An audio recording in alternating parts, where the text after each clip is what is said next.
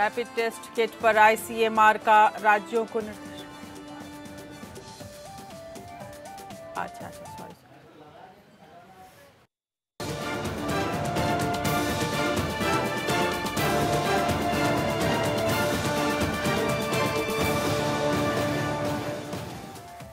देश में कोरोना मरीजों की संख्या 18,000 के पार। अब तक 590 लोगों ने गंवाई जान। ओडिशा सरकार का ऐलान, कोरोना से स्वास्थ्य कर्मी की मौत पर 50 लाख का मुआवजा और शहीद का दर्जा। रैपिड टेस्ट किट पर आईसीएमआर का राज्यों को निर्देश, अगले 2 दिन तक न करें इस्तेमाल। खामियां मिलने के बाद राजस्थान सरकार ने रोका था कोरोना का एंटीबॉडी रैपिड टेस्ट। कांग्रेस नेता राहुल गांधी ने केंद्र सरकार के अतिरिक्त चावल का हैंड सैनिटाइजर बनाने में उपयोग के फैसले पर उठाए सवाल। ट्वीट करके पूछा, आखिर कब जागेगा हिंदुस्तान का गरीब? आप भूखे मर रहे हैं और वो आपके हिस्से के चावल से सैनिटाइजर बनाकर अमीरों के हाथ की सफाई में लगे हैं। 29 दिन बाद मध्य प्रदेश में शिवराज कैबिनेट का विस्तार। बीजेपी के 3 विधायक बने मंत्री। सिंधिया समर्थक 2 विधायकों को भी मिली जगह। $0 से भी नीचे जाने के बाद अमेरिका में कच्चे तेल के भाव में सुधार हुआ। एक बार फिर $0 से ऊपर पहुंची दरें। कोरोना का क्रूड की कीमतों पर हुआ है बुरी तरह से असर।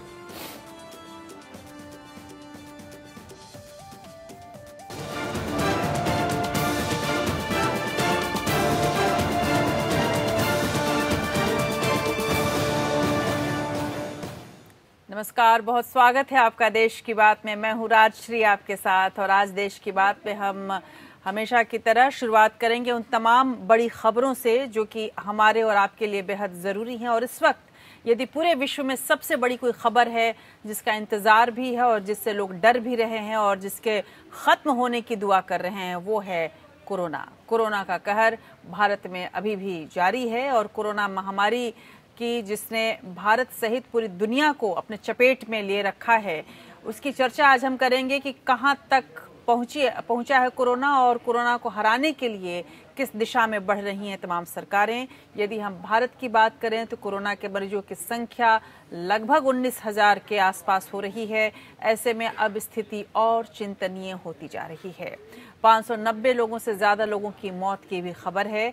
हम बात करेंगे आज कि किस तरह से ये आंकड़े बढ़ रहे हैं और इन आंकड़ों के बढ़ने के पीछे की मुख्य वजहें क्या हैं।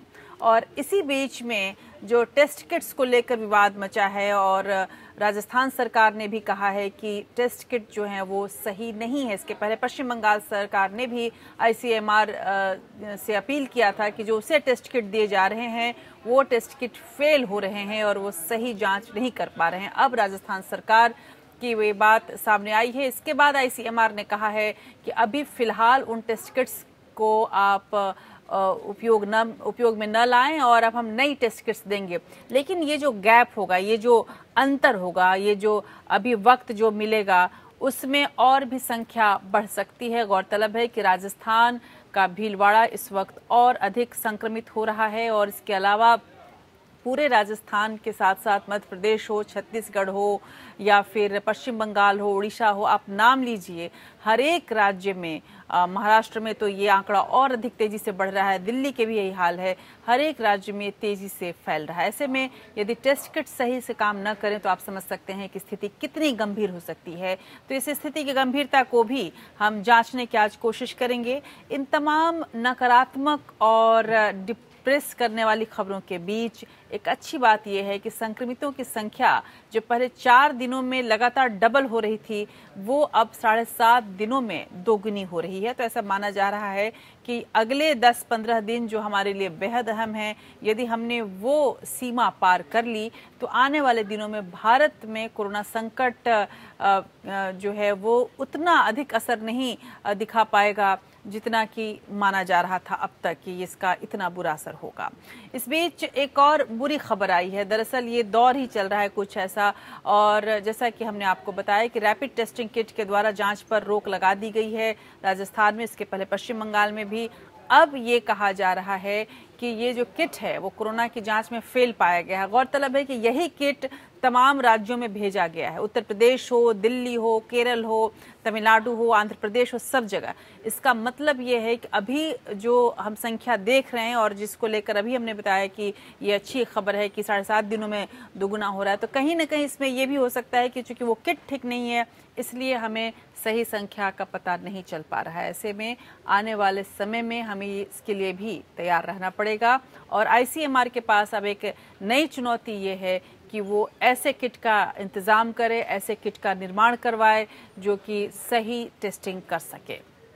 इसके साथ साथ हम आपको दिखाएंगे इन तमाम खबरों के अलावा हम ये भी दिखाएंगे कि सैनिटाइजर को लेकर क्या विवाद शुरू हुआ है। कोरोना को लेकर देश में सियासत अपने तरीके से चल रही है। इसके पहले भी आपने देखा कि जब प्रधानमंत्री ने बोला तो विपक्ष ने क्या कहा, जब विपक्ष ने बोला तो सत्ता पक्ष के लोग किस तरह से रिएक्ट कर रहे हैं। सोशल मीडिया, चूंकि अभी लॉकडाउन का समय है, बहुत लोग सोशल मीडिया को भी फॉलो कर रहे हैं और लगातार उस पर देख रहे हैं किस तरह की प्रतिक्रियाएं आ रही हैं।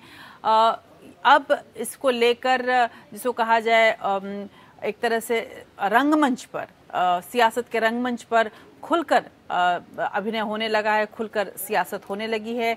पश्चिम बंगाल की ममता सरकार पर पहले कोरोना वायरस से मरने वालों का आंकड़ा छिपाने का आरोप सरकार द्वारा लगाया गया और अब राज्य द्वारा लॉकडाउन का सख्ती से पालन नहीं करने का मामला गरमा रहा है। उधर केंद्र सरकार ने राज्य में IMCT यानी इंटर मिनिस्ट्रियल सेंट्रल टीम भेजने का फैसला कर चुकी है। तो ये टीम गैर बीजेपी राज्य राजस्थान और महाराष्ट्र के साथ साथ मध्य प्रदेश का दौरा करेगी। उधर कांग्रेस के पूर्व अध्यक्ष राहुल गांधी ने केंद्र सरकार पर निशाना साधा है और निशाना साधते हुए उन्होंने कहा है कि गरीबों अब जागने का वक्त आ गया है। देश के गरीब अभी तक नहीं जग रहे हैं। उनके हिस्से के चावल को सैनिटाइजर बनाने के लिए उपयोग में लाया जा रहा है जबकि गरीब भूखे मर रहे हैं। किस तरह से ये चावल से सैनिटाइजर बनाने का मामला चल रहा है और क्या है ये सब कुछ, ये भी देश की बात में आज हम स्पष्ट करेंगे आपके सामने। और जब हम चावल की बात कर रहे हैं तो बार बार आपको याद होगा कि प्रधानमंत्री ने कहा था कि हमारा अन्न का जो भंडार है वो बिल्कुल पर्याप्त है। सच कहा जाए तो ज़रूरत से ज़्यादा है हमारे पास। ऐसे में किसी को भी घबराने की ज़रूरत नहीं है। तो वाकई अन्न भंडार कितना है, किस स्थिति में है और आने वाले समय में कितनी चुनौतियां हो सकती हैं, ये भी आज हम देश की बात में आपके सामने रखेंगे। इसके अलावा आज हम बात करेंगे एशिया के सबसे बड़े स्लम मुंबई के धारावी की, जो कोरोना का हॉट स्पॉट बन चुका है। मुंबई के सबसे गरीब इलाके धारावी में लॉकडाउन के चलते जिंदगी पूरी तरह से पटरी से उतर गई है और धारावी का पूरा एक हाल आपके सामने होगा। इसके अलावा हम आपको ये भी बता दें कि महाराष्ट्र में कई मीडिया कर्मी भी कोरोना पॉजिटिव पाए गए हैं। इसलिए हम आपसे बार बार इस बात की गुजारिश करते हैं कि कोरोना का जो ये दौर है इसे बहुत संभल कर रहने की ज़रूरत है। कोरोना वॉरियर्स के तौर पर, कोरोना के खिलाफ योद्धा के तौर पर हम मीडिया वाले भी काम कर रहे हैं और आप तक खबर पहुंचा रहे हैं, लेकिन ऐसा नहीं कि हम पर संकट नहीं है। इस संकट में हम ज़रूर चाहेंगे कि आप मीडिया वालों के लिए भी दुआ करें और उनके सेहतमंदी, सेहतयाबी के लिए भी आप प्रार्थना करें। बहरहाल अगर हम दुनिया की बात करें तो अब तक 1,70,423 से अधिक लोगों की मौत की खबर है। संक्रमण के 24,81,000 मामले में पूरी दुनिया में हैं। चीन, इटली और स्पेन के बाद अब अमेरिका कोरोना का सबसे बड़ा केंद्र बना हुआ है। यहाँ फैली महामारी से होने वाला नुकसान चीन और इटली को हुए कुल नुकसान से भी कहीं ज़्यादा है। ऐसे में हम ये समझने की कोशिश करेंगे कि आखिर इस कोरोना से जो नुकसान हुआ है वो पूरे विश्व को किस ओर ले जा रहा है और आने वाले दिन में, आने वाले जो वक्त में जो पूरी स्थिति है वो कितनी भयावह हो सकती है। भयावह की बात जब हो रही है तो जाहिर सी बात है कि हम ये एक आशंका हमारे मन में है कि पूरी दुनिया में महंगाई बढ़ जाएगी। जी हाँ, ऐसा हो सकता है कि पूरी दुनिया में महंगाई बढ़े, मंदी भी बढ़े। लेकिन इसी बीच एक खबर और भी है कि कच्चे तेल की डिमांड अब बहुत कम हो गई है। कच्चे तेल की कीमतों में इतिहास की सबसे बड़ी गिरावट देखने को मिली है।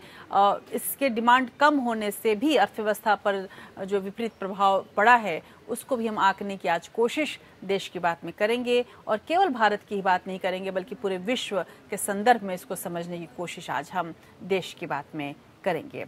इसके अलावा हम आपको ये भी दिखाएंगे कि कोरोना का जो ये वायरस है किस तरह से आपके, अभी तक ये माना जा रहा था कि आपके फेफड़े को प्रभावित करता है बुरी तरह से, लेकिन इसके अलावा आपके तमाम अन्य अंगों को भी वो प्रभावित करता है, और कौन कौन से ऐसे अंग हैं जो कि कोरोना वायरस से संक्रमित होने के बाद खतरा आपके लिए बढ़ा देते हैं, हम आपके सामने ये भी रखेंगे। और इसके अलावा हम आपको ये दिखाएंगे उत्तर कोरिया के तानाशाह किम जोंग उन की जिंदगी खतरे में क्यों बताई जा रही है। गौरतलब है कि कोरोना वायरस के महामारी के बीच उत्तर कोरिया से अलग अलग तरह की खबरें आती रहीं। अभी तक ये नहीं पता चल पाया है कि उत्तर कोरिया में कोरोना महामारी की क्या स्थिति है। अभी पूरी दुनिया इस पर कयास लगा ही रही थी, तभी ये खबर आई है कि किम जोंग उन एक तरह से मृत हो चुके हैं, ब्रेन-डेड हैं। और एक पत्रकार ने इसको ट्वीट किया और फिर इसे डिलीट किया, लेकिन अभी तक उनकी ज़िंदगी खतरे में है, ये ऐसे बात बताई जा रही है। ऐसा क्यों हुआ है, क्यों डॉक्टर्स की फ़ौज एक वहाँ पर उत्तर कोरिया में पहुँच चुकी है, इसके पहले भी गई थी, ये हम आपको दिखाएंगे। इसके अलावा आज के दिन के ऐतिहासिक महत्व का जिक्र तो करेंगे ही, और एक ऐसे सितारे को भी याद करेंगे जो हमारे और आपके लिए बहुत प्यारा है, हमारे और आपके आँखों का तारा है। तो चलिए शुरू करते हैं देश की बात के इस नए सफ़र को।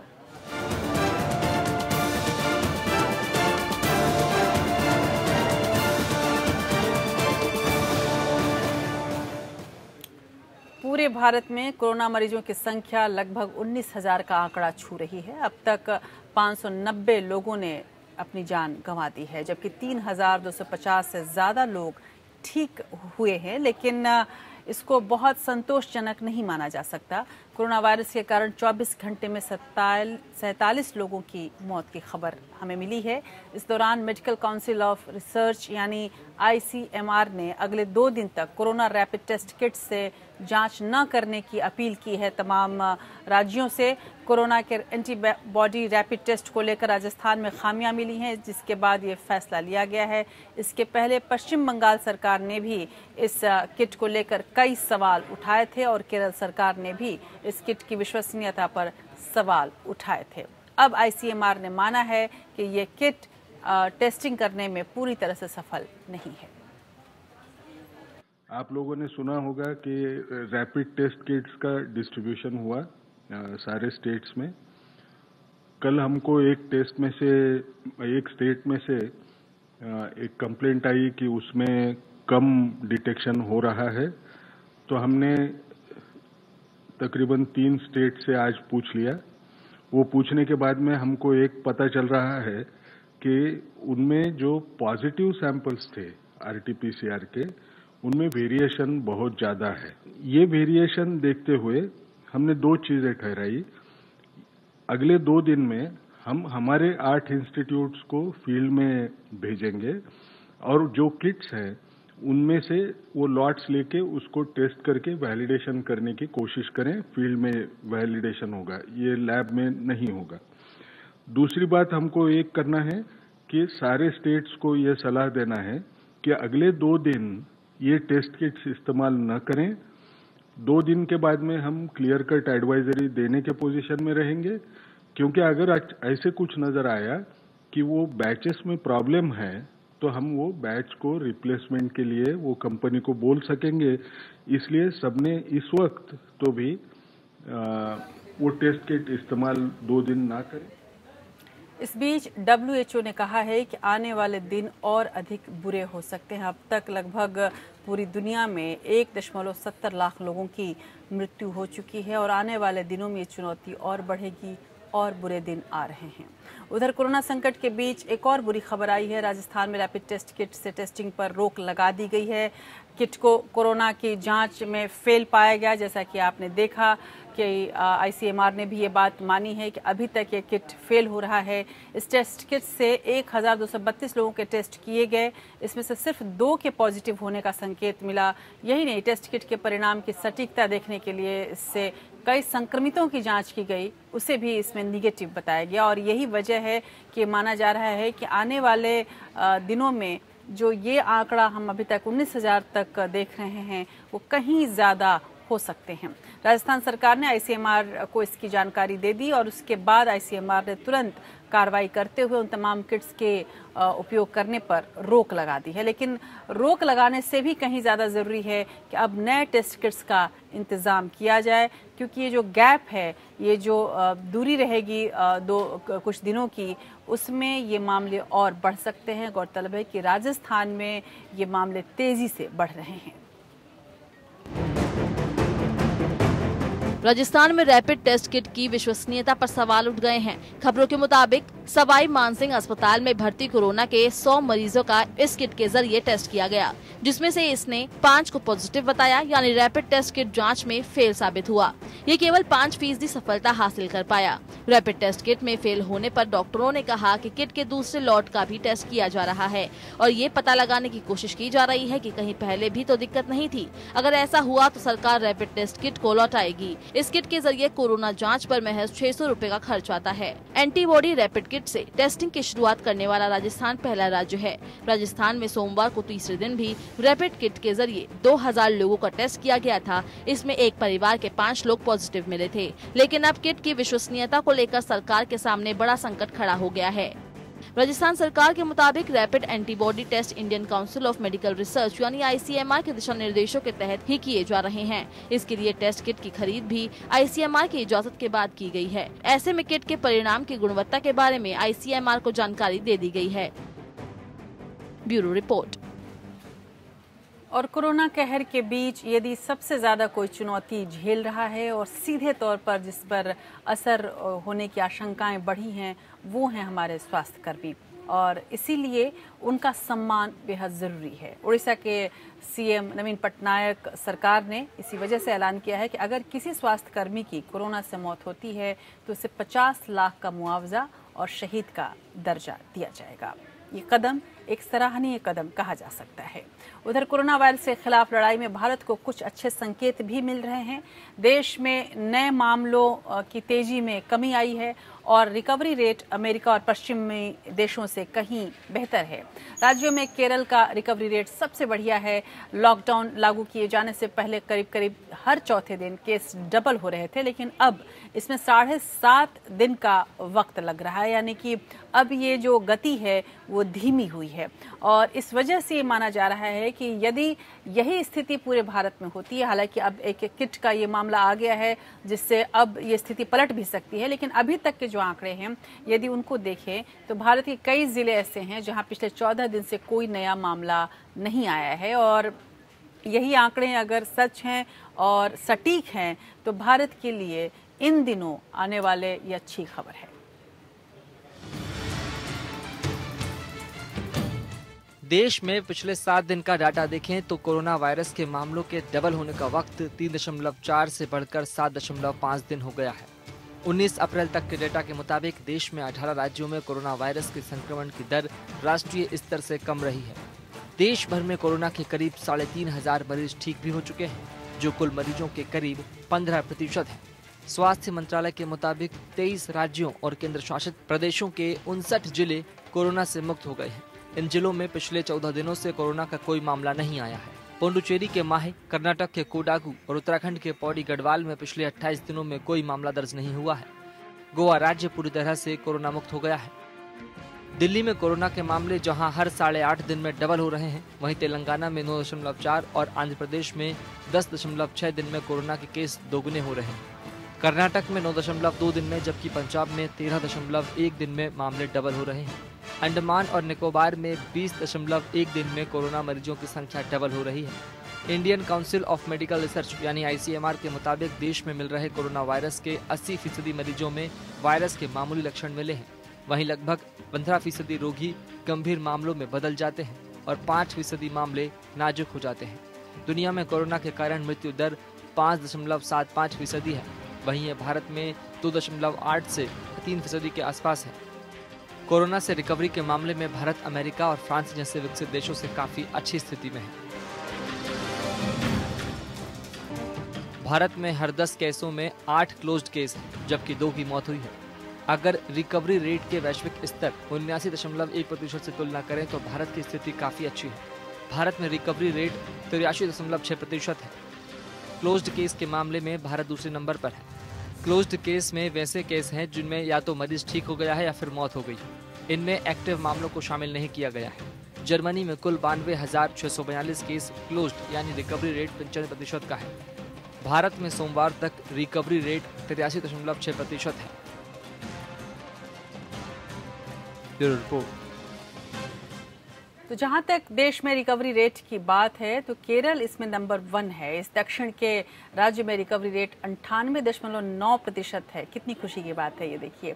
तमिलनाडु में 96.5% है, राजस्थान में 92.9% है, तेलंगाना में 91.2% है, कर्नाटक में 87.4% और उत्तर प्रदेश में रिकवरी रेट 86.4% है। इसी तरह महाराष्ट्र में 69.5 यानी कि सबसे जो खराब स्थिति चल रही है अभी तक महाराष्ट्र की चल रही थी। मध्य प्रदेश में 64.5 है, गुजरात में 62.5 रिकवरी रेट है।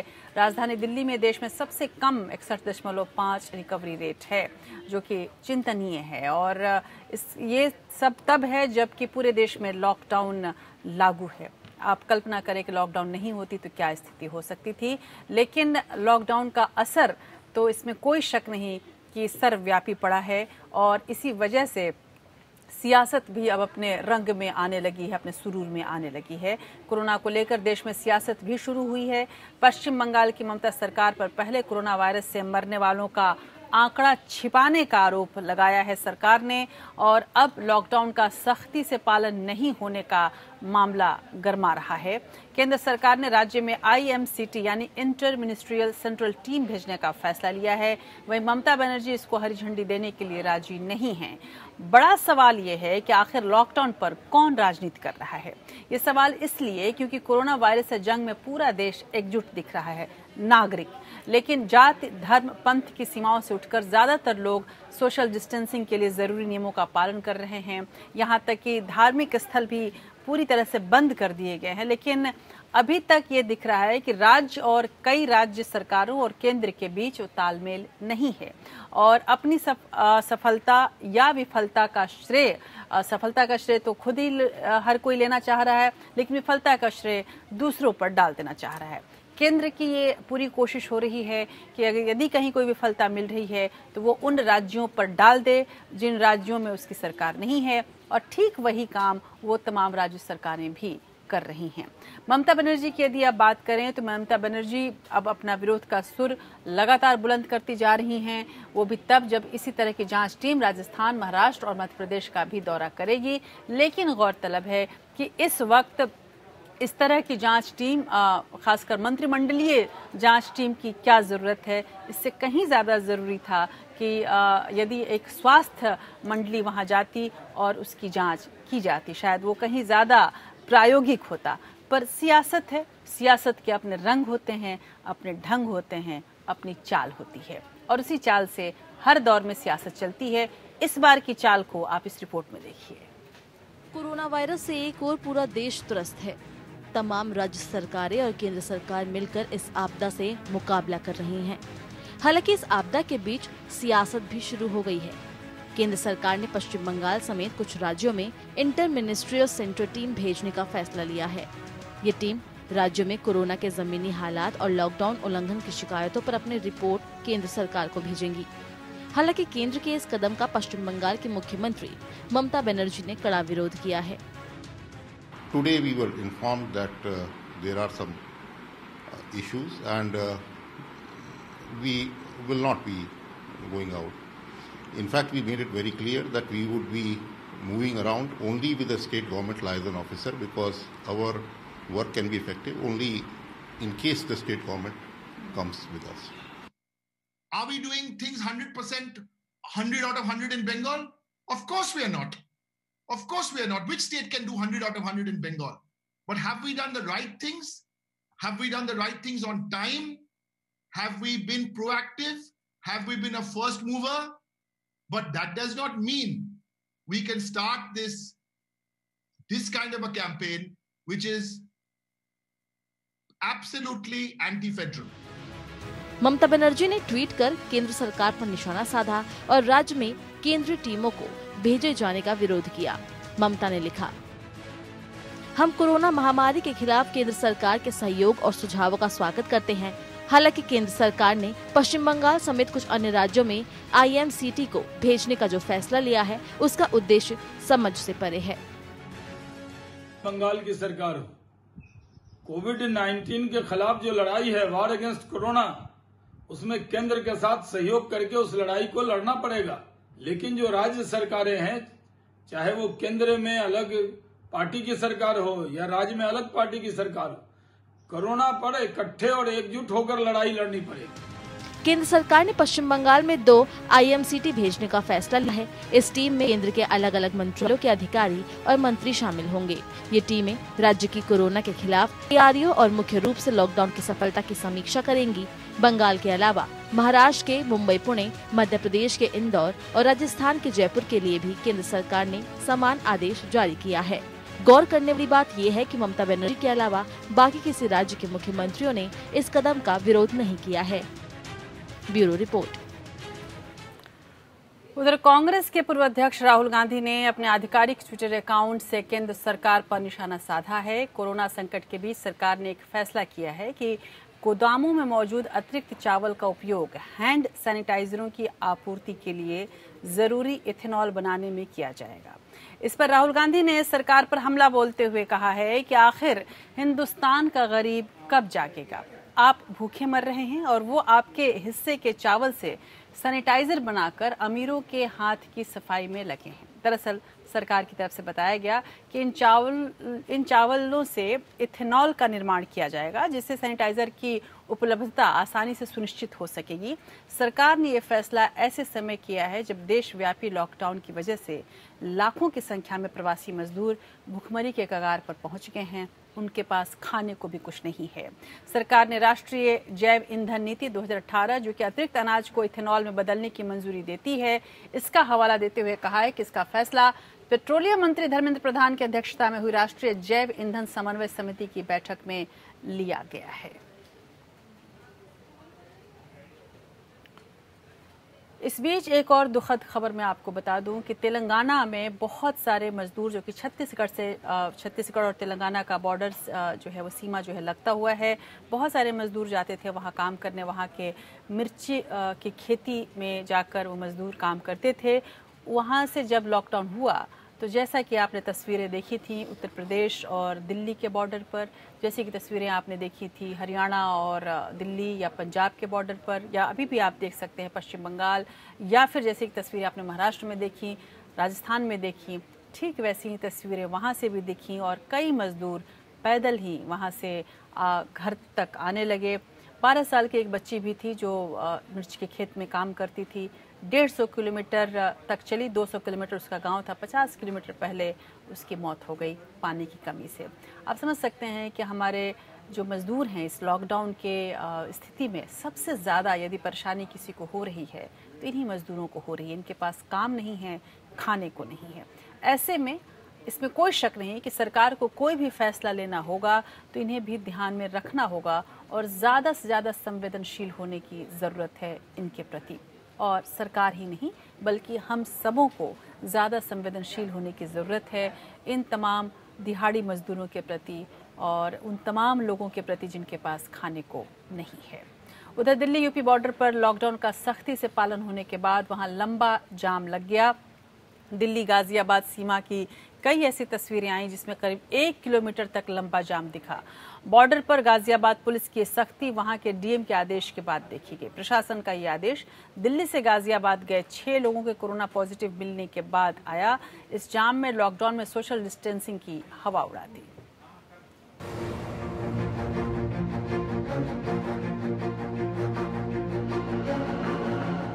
दिल्ली यूपी बॉर्डर पर लॉकडाउन का सख्ती से पालन होने के बाद वहां लंबा जाम लग गया।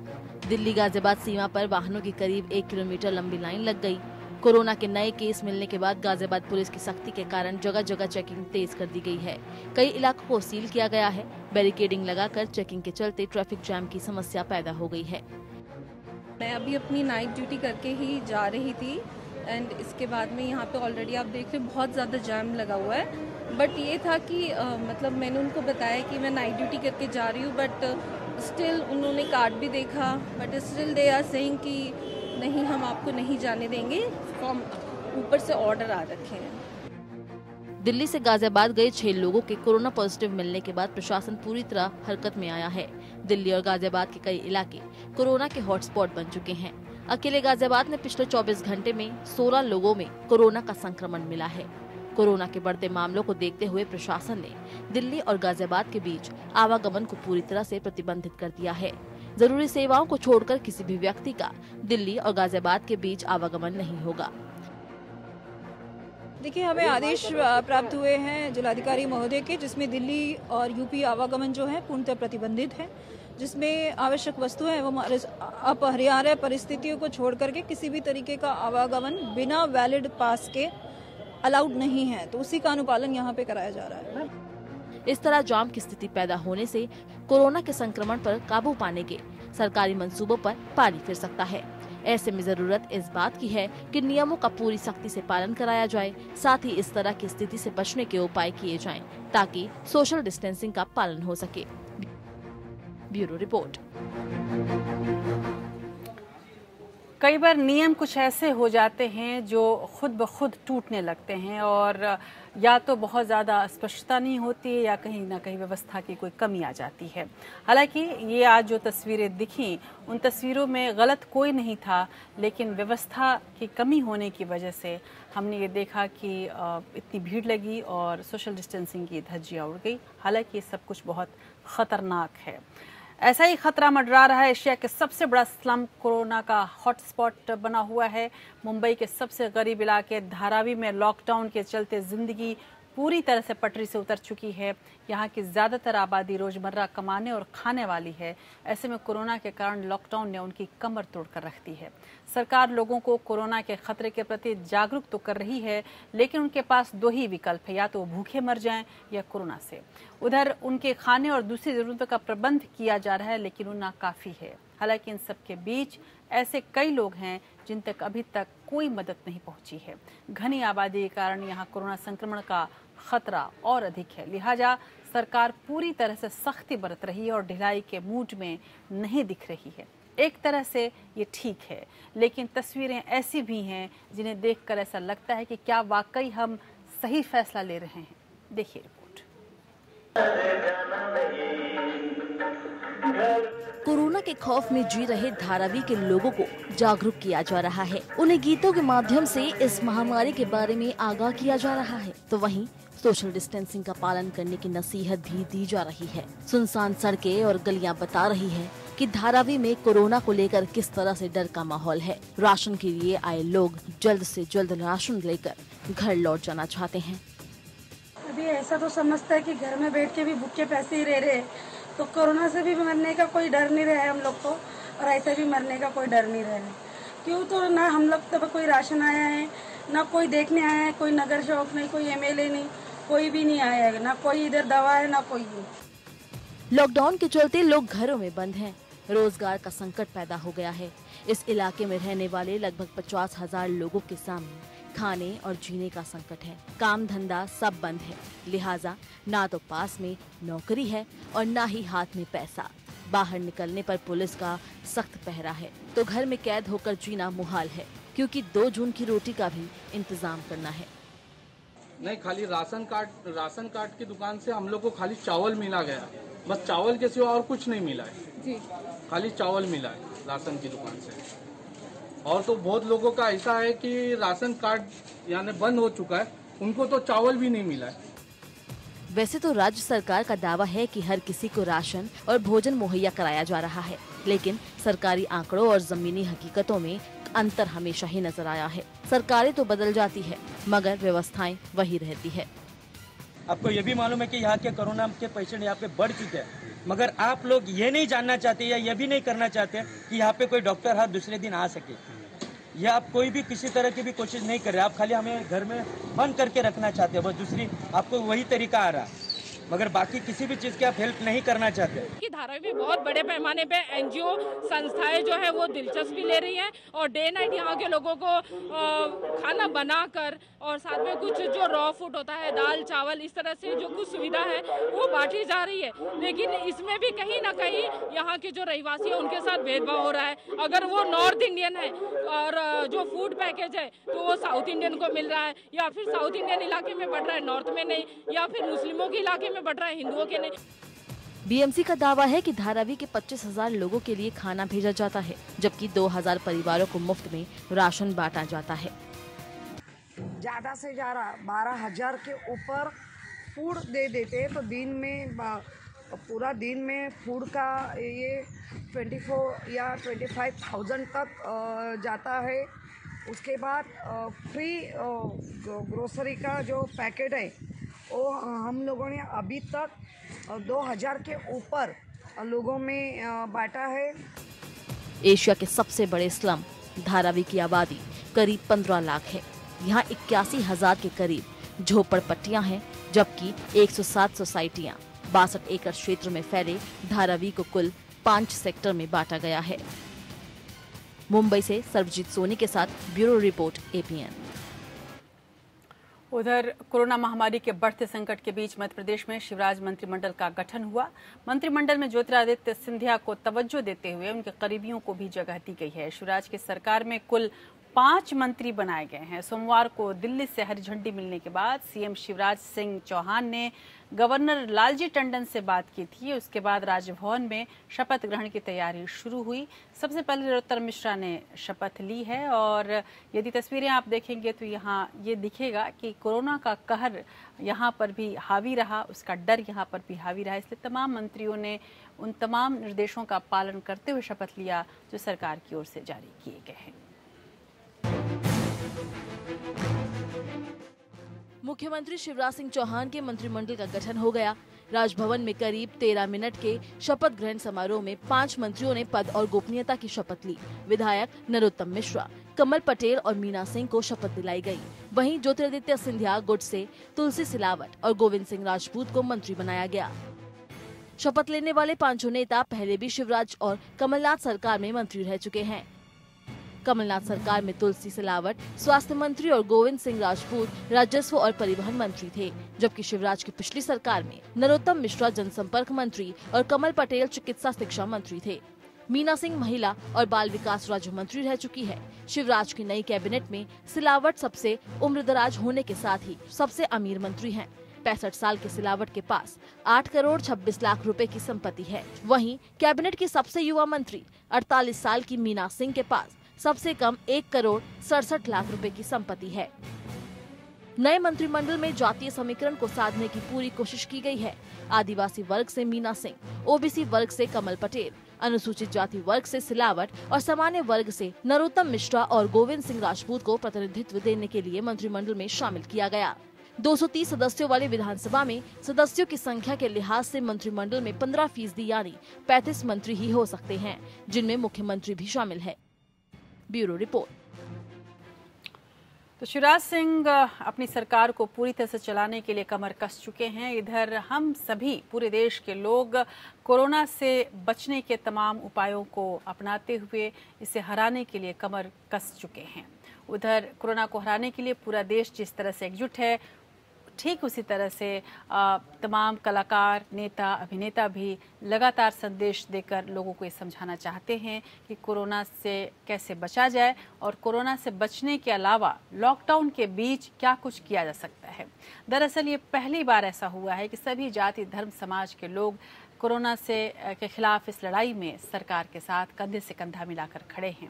इसी कड़ी में सिने स्टार, दूसरे क्षेत्रों की हस्तियां और हास्य कलाकार भी अपने संदेशों के जरिए लोगों का उत्साहवर्धन कर रहे हैं, क्योंकि कोरोना को यदि आपको हराना है तो सबसे ज़्यादा ज़रूरी है कि हम सभी अपने उत्साह को बनाए रखें और किसी भी दबाव में, किसी तरह के मानसिक दबाव में ना आए, नहीं किसी डर का कारण हमारे लिए होना चाहिए। हास्य कलाकार के तौर पर राजू श्रीवास्तव किसी पहचान के मोहताज नहीं है। गजोधर भैया ने भी अपने अंदाज में APN को वो संदेश दिया है जो वो देश तक पहुंचाना चाहते हैं। कोरोना के खिलाफ देश की एकजुटता का क्या संदेश राजू श्रीवास्तव ने हम तक पहुंचाया है, हम आपके लिए लेकर आए हैं। देखिए।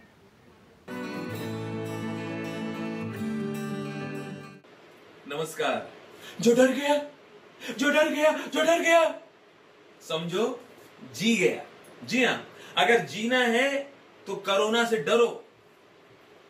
दोस्तों घर से बाहर न निकलो, दोस्तों घर से बाहर न निकलो, घर में रह कर ही आगे बढ़ेंगे। दोस्तों घर से बाहर न निकलो, घर में रह कर ही आगे बढ़ेंगे। हार जाएगा हमसे कोरोना, अरे हार जाएगा हमसे कोरोना, अगर सब मिल के लड़ेंगे। चीन और इटली के बाद अब अमेरिका कोरोना का सबसे बड़ा केंद्र बना हुआ है। यहाँ फैली महामारी से होने वाला नुकसान चीन और इटली को हुए कुल नुकसान से भी कहीं ज्यादा है। बात पूरी दुनिया की करें तो अब तक 1,70,423 से अधिक लोगों की मौत हो चुकी है WHO के आंकड़े के हिसाब से। और WHO के अध्यक्ष ने यह भी कहा है कि ये आंकड़े और अधिक बढ़ेंगे और तेजी से बढ़ेंगे। आने वाले दिनों में चुनौतियां कहीं ज्यादा हैं। संक्रमण के 24,21,000 मामले अब तक पूरी दुनिया में आ चुके हैं और ये जो संख्या है वो भी तेजी से बढ़ रही है। और विशेषकर यदि हम अमेरिका की बात करें तो अमेरिका में न्यूयॉर्क सबसे ज्यादा प्रभावित इससे हुआ है।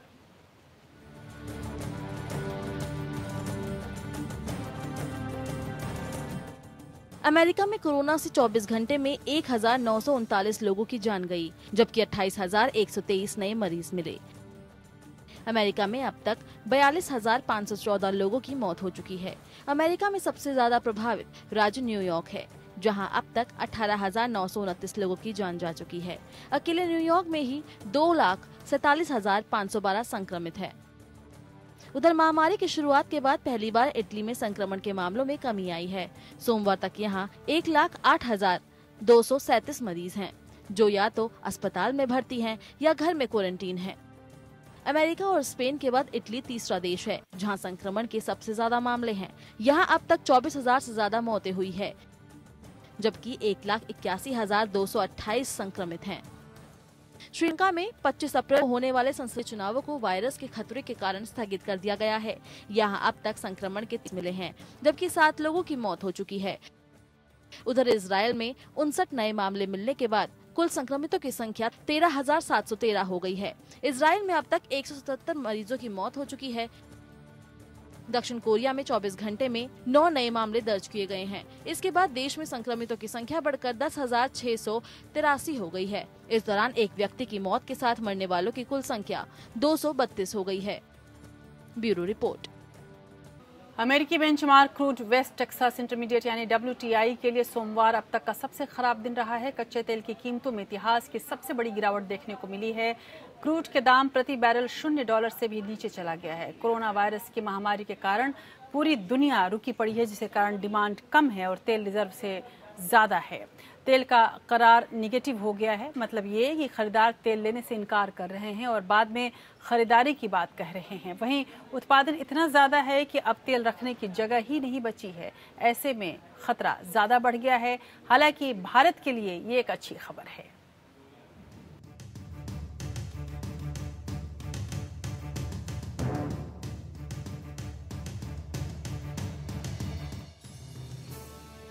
अमेरिकी benchmark crude West Texas Intermediate यानी WTI में कच्चे तेल की कीमतों में इतिहास की सबसे बड़ी गिरावट देखने को मिली। WTI का वायदा भाव सोमवार को -$3.70 यानी करीब 283 रुपए प्रति बैरल के अब तक के सबसे निचले स्तर पर पहुंच गया। ऐसा कच्चे तेल की मांग में आई भारी कमी की वजह से हुआ। ये 21 साल का सबसे निचला स्तर है।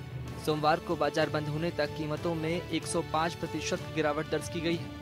कीमतें -$2 प्रति बैरल यानी कि 130 रुपए तक पहुंच गई थी।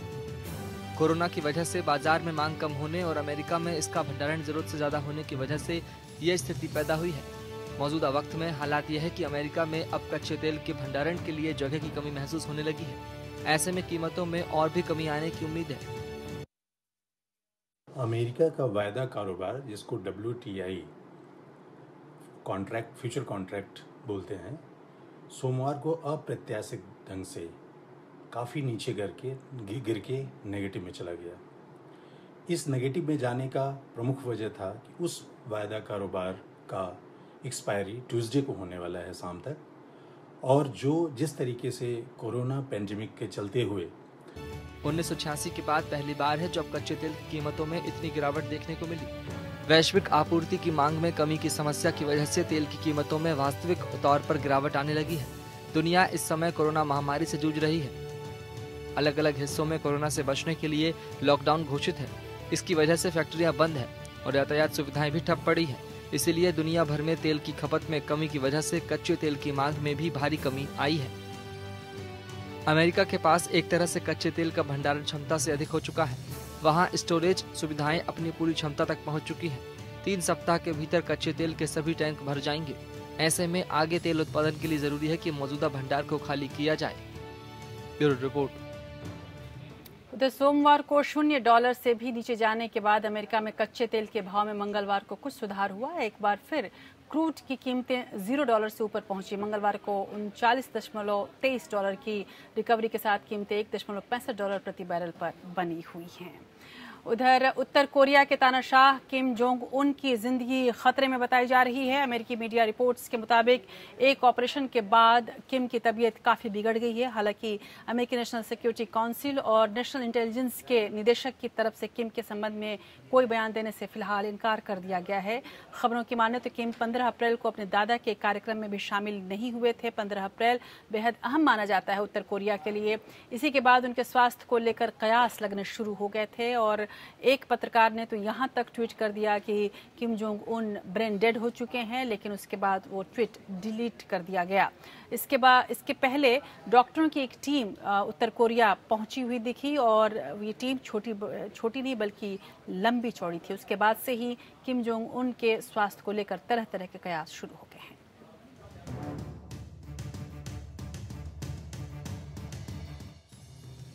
अमेरिकी मीडिया रिपोर्ट्स पर बयान देते हुए दक्षिण कोरिया की सरकार ने कहा है कि नॉर्थ कोरिया के नेता किम जोंग उन सर्जरी के बाद बेहद नाजुक स्थिति में हैं। हालांकि दक्षिण कोरिया के एकीकरण मंत्रालय और राष्ट्रीय खुफिया एजेंसी की ओर से बताया गया कि वो रिपोर्ट की तुरंत पुष्टि नहीं कर सकते। एक अमेरिकी टीवी चैनल ने बताया था कि उत्तर कोरिया का तानाशाह किम जोंग उन सर्जरी के बाद गंभीर खतरे में है। खबरों के मुताबिक किम गंभीर रूप से बीमार हो गया है। वो जिंदगी और मौत से जूझ रहा है। अमेरिकी चैनल की रिपोर्ट के मुताबिक किम जोंग की सर्जरी सफल नहीं हो सकी है और उससे उनकी हालत और बिगड़ गई है। सूत्रों के अनुसार 12 अप्रैल को किम की कार्डियोवैस्कुलर सर्जरी हुई थी। रिपोर्ट के मुताबिक किम जोंग उन काफी सिगरेट पीते हैं और उन्हें मोटापे की समस्या है। इस पूरे वाक़ये पर अमेरिका और उत्तर कोरिया ने भी कुछ नहीं कहा है। अपने नेता यानी किम जोंग उन के बारे में कोई खबर देने को लेकर उत्तर कोरिया काफी सख्त है। यहाँ प्रेस की आजादी नहीं है और मीडिया पर पूरी तरह से किम का नियंत्रण है। लिहाजा उनसे संबंधित कोई भी खबरें आसानी से बाहर नहीं आ पाती। किम जोंग उन अपने दादा के जन्मदिन पर होने वाले कार्यक्रम में 15 अप्रैल को दिखाई नहीं दिए थे, जिसके बाद उनकी हालत को लेकर चिंता जताई जाने लगी थी। समारोह में उनकी गैर मौजूदगी मीडिया और अंतर्राष्ट्रीय जगत में सवाल पैदा करने लगी। कहा जाने लगा कि किम जोंग अस्वस्थ हैं और वो घर से बाहर निकलने की स्थिति में नहीं हैं। Bureau report. और अब बात करते हैं आज के दिन के ऐतिहासिक महत्व की।